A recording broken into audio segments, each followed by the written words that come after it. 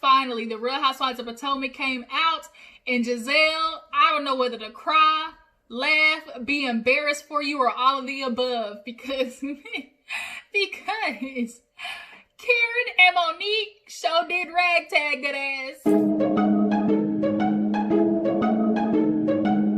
You guys, what's up? Welcome back to my channel. Your girl G is here. Thank you for tuning in. I know I fell off a little bit last week, you guys. I apologize. I'm sorry. I just had too much going on. I wasn't in the mood to do it, and hopefully I'll be able to get a chance to catch up.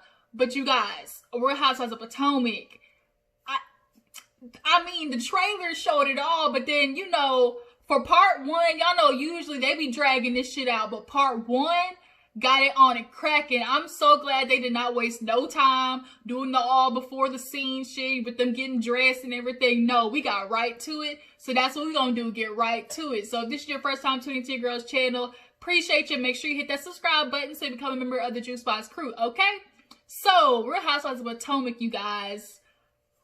Where do I start? I mean, I really want to start with them getting in Gizelle's ass, but like, y'all, I'm gonna have to say the good part for the end. Let's just go ahead and talk about everything from the get-go, starting with the looks, the fashions, the hair, all the way down to the shoes.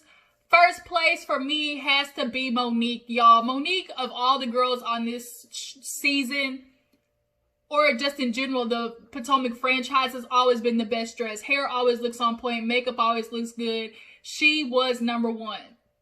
Number two, I'd have to say was Candace. Candace's hair, what probably was my favorite hair. I don't like the bitch, but her hair is probably my favorite. I ain't gonna, you know, if you look good, you look good. And then the dress, I could, you know, I wasn't mad. I mean, the bow was like, whatever, could have done, take it or, you know, took it or leave it. But overall, Candace definitely was number two. Number three had to be, what did Karen have on? I think I'll give Karen number three. Number four, Robin. Number five, Gizelle. Number six, Wendy. And last but not least, Ashley. Girl, Ashley. Now, just because you're pregnant doesn't mean you get to go off on the deep end like that. Because, girl, that dress was horrid. That dress was a freaking third grader pastiage inside that cape. I don't know who told you that was it. Like, girl, your team must have looked at Gizelle's closet and was like, oh, let me borrow that for a day. Because that shit was tacky. But other than that, the makeup definitely was Monique and Candace. Wendy's makeup to me, I didn't really like. Robin, what the fuck was that in your hair? What was that? I didn't even see the hair, like when they released the looks in general. Like the actual looks, we didn't see Robin's hair like that. Who told you to go and let your two sons draw in your hair? Who told you to do that, Robin? Stop it. Stop, okay? You and your hair. It's just, you got the least amount of freaking hair on that goddamn cast, and you still know how to fuck it up. Don't make any sense. So we get into it, and Andy's talking about the evolution of the ladies, you know, from season 1 to season, you know, now. Everybody looked a wreck besides Monique, and who else looked okay? Candace, when she first came on, like, she looked good. Like, nothing really changed too much about Candace. Robin, you were bland as usual. Gizelle's look hadn't really even changed. Like, Gizelle almost looked the same in all of them. But most improved, y'all, Karen, child, we got to give it up to you for the most improved. You definitely came a long way. You got your little blonde wigs now, and you selling them. And I can't be mad at it, because at first, whew, child, Karen. You know, everybody has their upgrade. You know, that HSN money coming in. So now she can look good. Better than old tacky Gizelle, because she became a topic of discussion. And he's like, you know, Gizelle, everybody was talking about your fashions. And he's like, Karen, what do you think about it? She's like, a hot mess. And she's like, oh, really? She's like, nobody was asking. She's like, it's just my opinion. She's like, I just had so much fun during quarantine, laughing and entertaining. You know, it was entertaining to me. And Gizelle was just kind of like really stunned. I think Gizelle had no idea that the tides were going to turn for her this season. Because, you know, they revealed that Gizelle kind of had a blow up. Like, she was talking about how, you know, everybody had been ragging on her for like 8 hours, and finally, like, she blew up. And it's like, bitch, about time. Like, honestly, it's been your time to get, like, dug on. Because the way you have came for people who you claim are your friends, and particularly Karen, when this show started, you and Karen were supposed to be best friends. Not best friends like you and Robin, but y'all were tight. And over the season, you had these antics, from the Uncle Ben shirt to the coming after her with the blue eyes to just constantly going after her and Ray's relationship. Then you got the way you was coming after Ashley and Michael. Like, you had your turn with everybody. Monique, you had your turn with everybody. And bitch, now it's your turn. And I don't think she was expecting it to be as hard as it was, because Karen has always done good with just kind of keeping her mouth shut. But Karen said no more. Bitch, you've been coming after me and I've been playing, you know, by the rules, but now I'm not doing it anymore. It's time that you got yours. And I'm super excited that Karen finally took the gloves off, y'all. She took the gloves off and was like, bitch, what you want? If you want it, you can get it. Let me know. Okay. So she told her, look, she was a hot mess. Gizelle wants to try to play it off, but Andy asked all the other girls, and Karen said, ooh, thank you, Lord, finally. Y'all tell it, because y'all know y'all been wanting to say something the whole season. So they get to Robin, and she talking about, Andy, don't do that to me. And everybody looking at her like, Robin, you gonna tell the truth or not? Robin, you know, put it real polite. You know she a punk. Talking about, you know, she makes bold choices. They're not for me. But you know Gizelle wears what she wants. And it's just like, girl, Candace had to tell her, like, if you just had a good stylist one day. And Wendy put it right. She suffers from pretty girl syndrome, which is she's always been the light-skinned girl with green eyes. So boys are always going to look at her regardless. And so she could have walked out there with blue jeans and a burlap top. And, you know, niggas were still going to turn her way because she was light-skinned with green eyes. So Wendy definitely put it right. So we get into the actual, you know, start getting into the meat and potatoes and stuff. And, oh, they were talking about changing too, how Karen, Andy was like, Karen, you know, you look different. And Karen got, you know, I see it a lot of celebrities get that, like the Botox or the filler in their nose. And it's kind of like a nose lift. A lot of people get nose lift through like a filler or a plumper in their nose. And that's what Karen did. So Robin tried to be messy, be like, are you talking about recent, or you mean to season 1? And Karen's like, you mean recent, right, Andy? Yeah, recent. Yeah, my nose. That's all it was. Thank you. And everybody was like, Robin, I'm gonna call you Tweety Bird, because bitch, you always pipe up. And that's kind of what makes me the most annoyed about Robin. Like, bitch, bzz, like a gnat that won't go away. Bzz. Goodness, shut up. Don't want your commentary. So Karen put in her place. Yeah, my nose. That was it. Thank you. And everyone was just kind of like, okay. So then we get into Wendy, you know, this being her first season, and how she had her 4 degrees. And of course Andy was like, everybody's saying that you use your 4 degrees just like willy-nilly, like, we get it, bitch, you went to college, but you ain't really doing nothing with this degree. And you really don't want it because you're telling your mom you want a different career path. So did you really do it because you wanted to, or you did it to satisfy your parents? Which in the Nigerian culture, like she said, we are super education based. So is there a cultural clash? That's what she brought up. And we can, you know, I understood when she said that. Like, we are first of all, they're super proud people. Secondly, she has 4 degrees. So because it's important to her mom, and I'm sure when she goes back to the Nigerian community, that's all they talk about. So for Wendy, it is common to be like, yeah, I got 4 degrees, because the Nigerian community is always, you know, upping her about, they're always, you know, boasting her about that. So she gets the people here in America, and she's still talking about these 4 goddamn degrees 6 episodes later. It's like, bitch, we get it. Because here in America, like, yeah, we go to college, but we don't need 4 degrees. Like, bitch, we'll figure it out. Like, I'm not going to college for 4 degrees to end up $1 million in debt, because that's the word on the curb. You and Eddie got like $1.5 million owed in debt. So how much do them 4 degrees matter if you got debt right now? Which is probably why you came on the show, because a lot of people were confused. Why did Wendy come on somebody with all these accolades, come on Real Housewives of Potomac? You came for the change so you can knock that debt out. So you can tell your mama, I don't want to do this anymore, and get your ass out of John Hopkins and do commentary. So Ashley made a good point. She was like, you just kept throwing your degrees in everybody's faces when it had nothing to do with anything. AKA, call me Dr. Wendy. People like you call me Dr. Wendy. And they did the flashback where she's like, I just don't throw my 4 degrees around. And they did all the consecutive times she threw her 4 degrees around. It's like, she's like, only reason I'm bringing that is because I have to be in defense of my degrees. Nobody ever once has attacked your degrees. Like, nobody's ever attacked the fact that you went to college.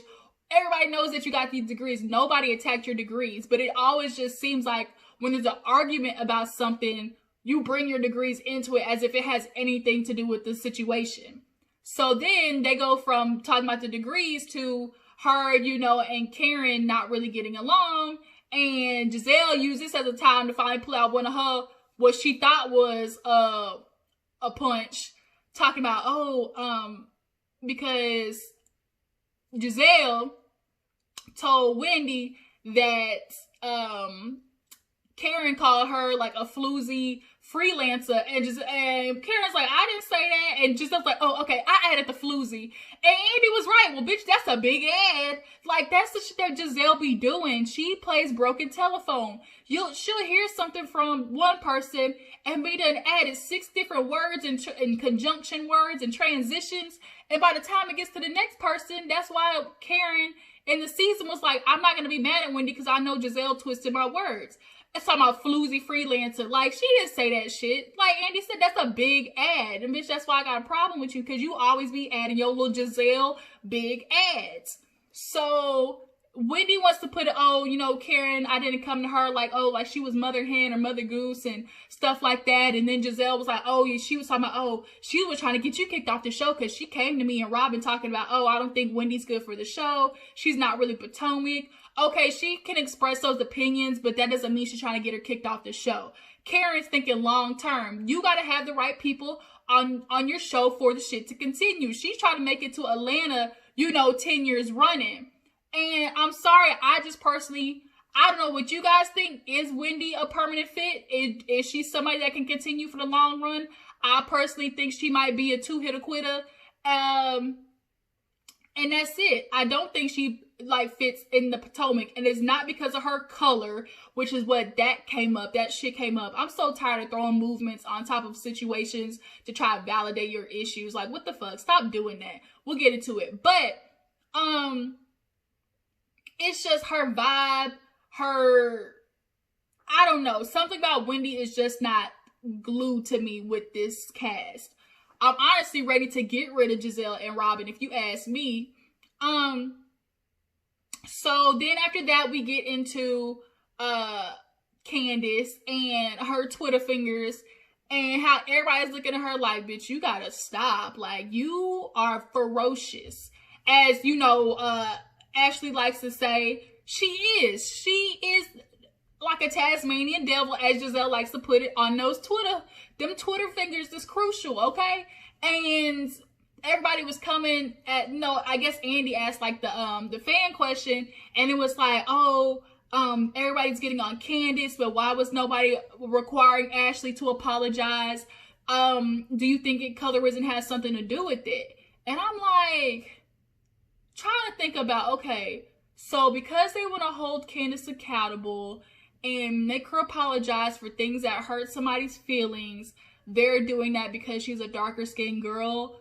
But Ashley, they tried to hold Ashley accountable and told her what she did was fucked up too. So where's the difference? And honestly, if you ask me, a huge difference between Ashley and Candace was the fact that Ashley never really went on Twitter and went ham like that.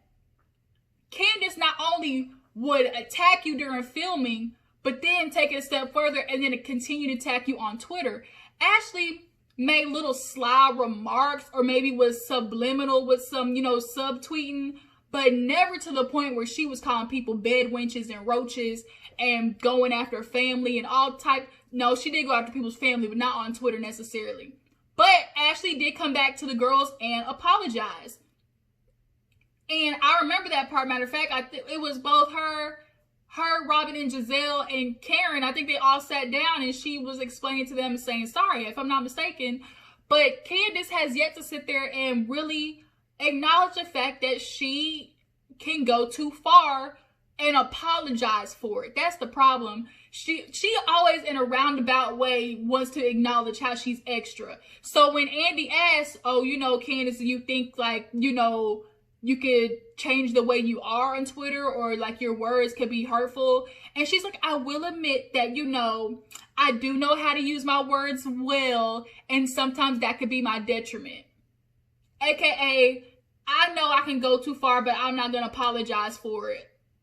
Like, the words I apologize or I'm sorry in regards to her being, you know, hella hard on Twitter have never come out.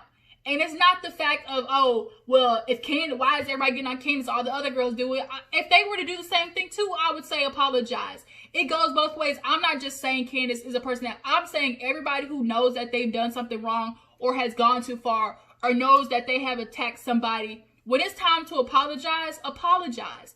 Candace has yet to do that shit. Gizelle has really yet to do that shit. Like, a lot of these hoes have yet to do that shit. But as of right now, Candace, since you're the one I'm talking about, you need to know how to apologize. But she is like her mother. As much as she wants to say she's not like her mom, she's her mom. Because her mom doesn't like to admit when she's wrong either.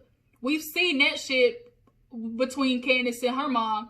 So the apple ain't falling too far from the tree. So you might want to go to therapy and get that shit right before you fuck up your kid too. So, Robin, her little 2 cents, once again, talk about, Ashley, you need not remember, like, when you weren't pregnant, when you didn't have Dean, you were talking about people's families, too. It's like, shut up. Robin, shut up. What nobody asking you? Bitch, we know Ashley was out there acting a plumb fool crazy, going after your man and his side chick all the way in France or wherever the hell he was. And after just, we know that. We definitely do know that. And Ashley, you were not remiss to get the same attack that you were putting on other people. But it's wrong either way. So after that, we kind of get into this debate of like, oh, Candace isn't apologizing, and people start calling her names, and Wendy wants to pull this, oh, you know, the whole colorism thing. That's when Wendy was like, and Robin's like, why are you looking at me like that? And she's like, I'm looking at all of you to see what your answer is gonna be. And so basically, she came after Ashley like, you like to use these buzzwords, these trigger words. Oh, she's ferocious. Oh, she's aggressive.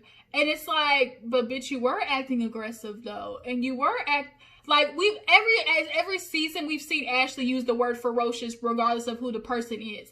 I do not think that Ashley is calling these women, that's just my opinion. I do not think Ashley's looking at her and be like, ooh, she's dark skinned, she's so aggressive.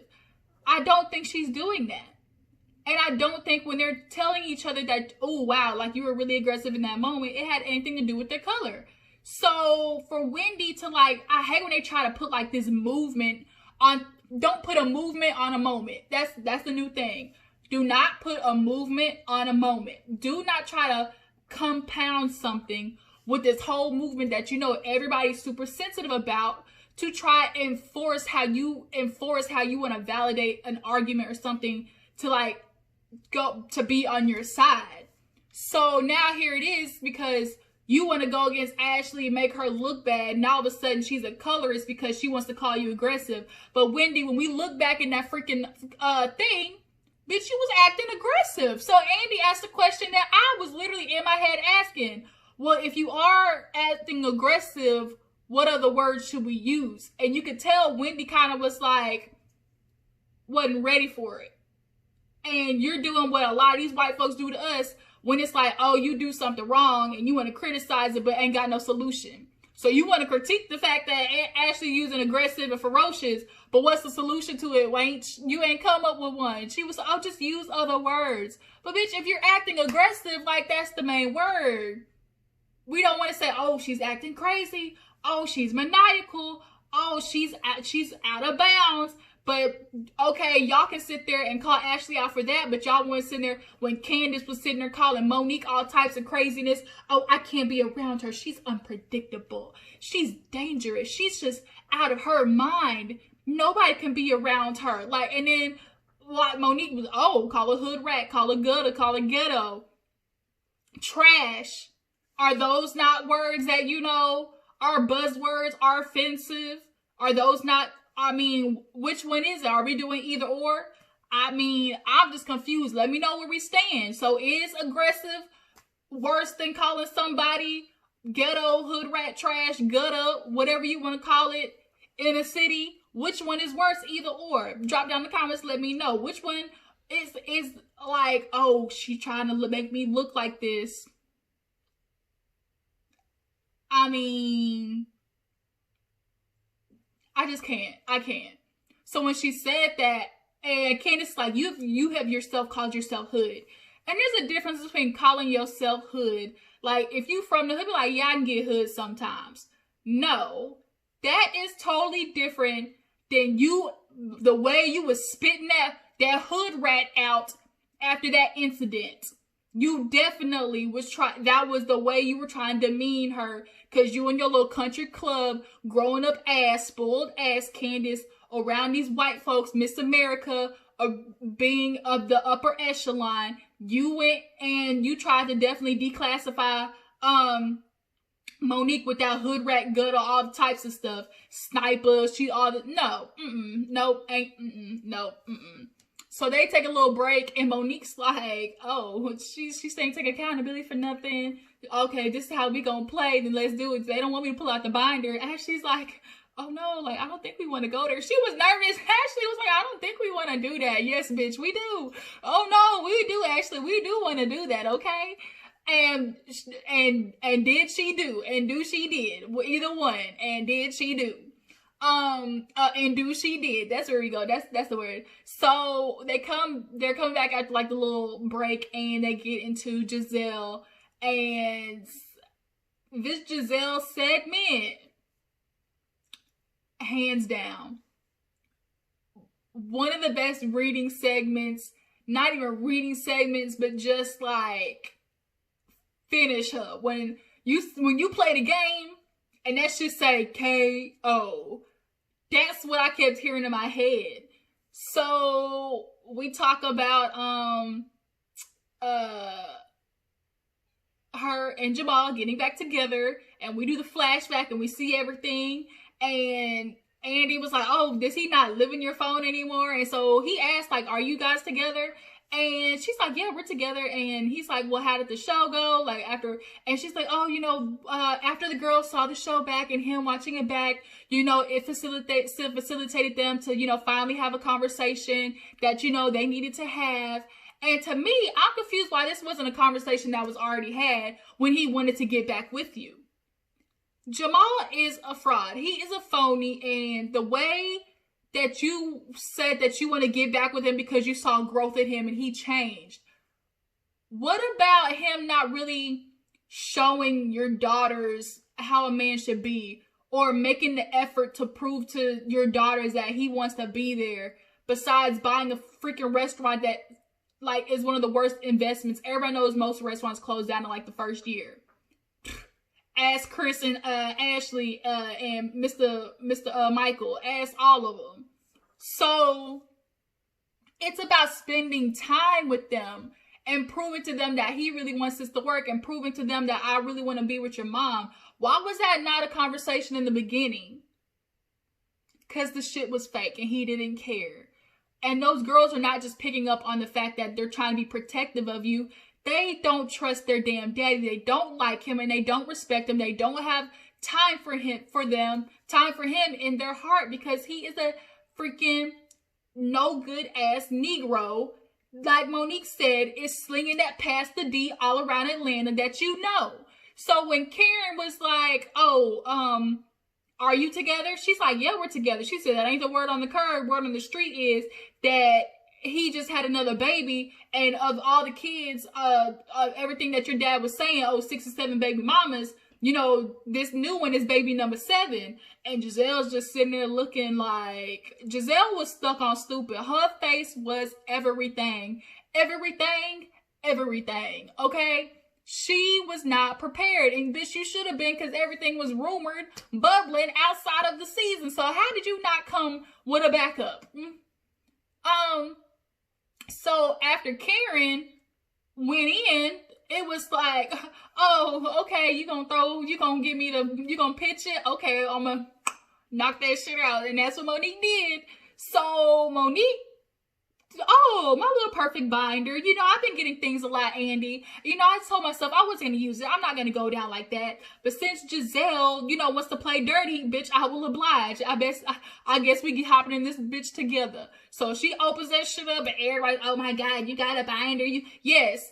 And if there's anything that, as a viewer, you hate to see on a reunion, is a bitch talking, but not bringing no receipts. Oh, I got the papers, and then pull that, oh, I'm not going to use it. I'm going to slide it back behind their back. That shit is so annoying. That's that shit that Mariah would do on Real Housewives when that whole heavenly thing to my, oh, she had evidence on daddy. I'm not going to do it. I'm not going to go. No, don't bring the shit if you're not going to really use it. Monique brought the shit, and not only did she bring it, she read that verbatim. So she's like, oh, really? You with Gizelle? I mean, really, you with Jamal? That's not what his girlfriend said. She said, I got his schedule. I got times and date that they were trying to meet. And Candace over there to my, oh, she's just been waiting to bring that. Hell yeah. After the stuff that y'all did, after hearing the fact that you want to come after her and her relationship and her baby not being Chris's and all types of stuff, when you do some shit like that, all gloves are off. You do not get to come and attack me, try to ice me out of the show. You know, y'all was coming for her, calling her all tops, she bad. Oh, the example that she set for black women. Oh, how dare she try to, you're going to be a horrible example for your kids when they watch this back. Robin, you the same thing. When she tried to come and talk, oh, she just, how's she going to be a good mom to her kids? Like, that's just such a bad example. Oh. You know what's also a bad example, Robin? Staying with a nigga that's had a baby on you multiple times. Staying with a nigga that can't keep his dick in his pants, but yet is the pastor. Staying with a man that does not take the time to call his kids consistently and come and take them out consistently. That's also a bad role model, Robin. But I guess you won't tell your friend that. So Candace, oh my God, here you go. Are we really going to listen to this? Are we really going to listen to this? Oh, y'all want to listen to some bitch who's going to spread some stuff. But when we talk about her, it's the truth. Y'all want to listen to some hoe who want to say something. And I get it, Candace. You saw Gizelle was drowning and you tried to come and save her. But bitch, when Monique came with the, it's not for real. And oh no, because Gizelle was like, thanks. Because Andy was like, oh, are you okay? Like, how do you feel? She's like, thanks. Like, she couldn't say anything. She was stuck on stupid. So Monique was like, oh, it's not real. I guess I can read his number. You would know that, right? 401 beep, beep, beep, beep, beep. And Andy said, is that his number? When you saw the heads turn go and look at Gizelle, she was stuck like, yeah, that's his number. And she knew she couldn't lie, because if she lied, everybody would have been looking at her like, bitch, no, that's his number. So for her to admit it, Candace then had to shut up and be like, ooh, shit, like, that's unfortunate. Like, that's all you can say. And so Andy's like, you don't have nothing to say? She's like, I don't care. Like, yeah, that's his number, but, you know, all this stuff is lies. And she's like, oh, it's lies. When she talked about, this is just fake. You know, here's when she showed Jamal the clippings and stuff like that, or the headlines of them getting together. He called it reality TV. And you know some shit is real when your only comeback to try to protect your friend, as Robin tried to do, which was, what is the point of this? What are you getting out of this? When somebody hits you with that means they know that shit is true. That means, bitch, why you keep spraying her own truth? Like, what Robin, like, bitch, shut up, because you're gonna be next, because we gonna talk about why the hell Robin's doing, why your girlfriend's doing this fake proposing to keep you on another season. Juan did not want to marry your ass, bitch. He married you out of you getting a freaking concession prize. Like, it's a concession? Constellation, that's what I'm thinking of. You got a constellation prize with this goddamn ring, and he knew he had to do it, because I'm sure production told him, bitch, y'all ain't giving us nothing. We've been seeing this, you know, dance between y'all two, and he got forced into marrying your ass. He married you out of pity. Y'all marriage ain't gonna last, and bitch, you gonna be next. So you might want to keep it hush-hush and sit your old, I let my sons draw all my hair ass down, and let your friend take this ass whooping that she's been deserving all season, that all show franchise long. So after Monique gets in that ass. She continues again. Oh, really? You want to be over there sitting there being fraudulent, coming after me with you holy whore? I said, not the holy whore. She said, you know your man around Atlanta slinging slinging his D everywhere around town. But that's your man though. That's your man though. I hope he's sitting behind you. You got a new man every season. I hope he's sitting behind you this season. And so then Karen was like, where is Jamal? Is he gonna be sitting behind you this season? Once again, everybody had said, here go Gizelle. No, he's not gonna be here. And it's like, well, bitch, like, once again, where is this man to show up for you? Every season, Gizelle has not had anybody sitting behind her. Who has sat behind Gizelle in the season of Men Coming? Has Sherman came? I think she brought Sherman that one time when she announced him, but that was it. Bitch, like, Gizelle, you really have been getting a pass. And the fact that Jamal has not came, but you in this relationship, he had this conversation with your girls, and you know, y'all are better because, you know, they finally talked it out. But where he at though? Where is he? Where is he to show up to show that he really truly wants to be with you and love you? Man, shut the fuck up, Gizelle. Don't nobody believe this mess. And that's why Monique was like, when Andy's like, you got anything to say? She all over there quiet. And Monique's right. You got nothing to say because you know it's true. He got baby number 7 on the way. And you see when Andy asked her the question about, oh, well, if he was to have another baby, like, would you still stay with him? She didn't answer that question. She was like, first of all, he doesn't have a baby. But, you know, me and Jamal, we've been through some things and, you know, we've been able to work through it. And that's not what the fuck he asked. He asked, since we do know he's got this baby on the way, are you going to stay with him? Playing that this is real. Are you going to stay with him? You going to do that shit another time? Okay. Okay, Gizelle. Man, fuck off, Gizelle. Like, don't nobody... I'm so glad they got into her ass this season. For all y'all who commented last review I did talking about, oh, Monique ain't got nothing in the binder. That's just a prop. That's just a prop. Ho-ho. But wait, there's more. It's so sad that this is where we had to get with Gizelle. But you know what? I'm here for every freaking minute of it. Another read that was good tonight, though, was Candace had Ashley with a good read. She said, oh, they were talking about the song. And Andy was like, oh, how do you feel about Ashley's song? She was like, trash. Ashley's like, here you go calling me trash again. Really, you need to look in the mirror. First of all, usually a person calling somebody trash is trash, okay? Just because you know how to dress well does not mean that you don't have trash-ass qualities. But she said, you and your forehead butted in when nobody's talking about you. She said, you might need to quit worrying about me and my Twitter fingers and worry about your grabby-ass hands husband and why he can't keep his hands to himself. Your husband is itching. You might want to go get checked. I said, oh, not the itch. Not the itch. I mean, Ashley, it's true. Like, yo nigga got problems. He cannot keep his hands to himself or his dick. Like, we need to figure that out.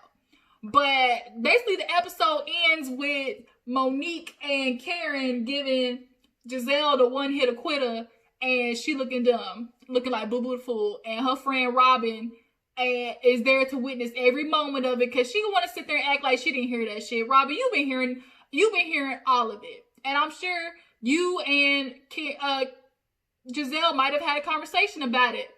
I mean, if y'all are best friends, she probably told you. Oh shit, we almost skipped the part about Every Hue Beauty. That's another thing Gizelle got called out for. Where the fuck is Every Hue? Where is it? Fan question. I tried to order your makeup, but where is it? She want to talk about, oh, it you know, it's manufacturing due to COVID. You know, things were shut down. Bitch, you were in Target. Target can literally move from one manufacturer to the other if they wanted to. So the fact that Target is not trying to hurry up and find another manufacturer to bring your product back to their stores is a straight up giveaway. And like Karen said, no, bitch, do not lie, because we all heard that Target liquidated your shite, okay? And it's no longer in service. And Karen had every right to sit there and go after Gizelle because you tried to come for everything she did with her businesses. Oh, LaDom, what is it? This ain't even your company. It's invisible. It's not a real business. You know, it's just her name on it. You know, you always came for Karen. So it's time Karen gave Gizelle that same poison back. And like somebody said, like Gizelle been coming for, Karen been coming for Gizelle and Robin this whole season. Like when it came to the fight, when fan question was like, oh, Karen was spewing so much venom at Robin and Gizelle. It wasn't venom. It was just the truth. It was shade. And it was the truth of seeing how Gizelle and Robin very much enjoyed the fact that Monique flipped out on Candace, and now that they could use that as their caveat to try and get rid of her. Giselle and Robin, you watch that scene back, could not wait to sit there and be like, oh my God, look at her. Oh my God. Like, you saw it. You saw the way that they were just so basking in the ambience of Monique's fuck up. Like, we see it, bitch. We see both of y'all.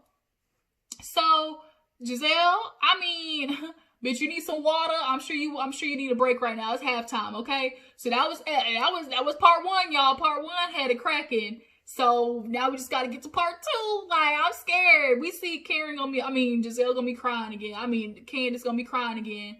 Oh, Jesus, thought this child and her tears. Like, you need to figure this shit out. Like, for real, for real. But y'all tell me what y'all feel about part one, y'all. How do you feel about part one? Who was best dressed? Who had the best reads? Who came for the girls next? How do y'all feel about Gizelle in this Jamal situation? Do y'all believe her? Do y'all feel it's fake? Here's a question.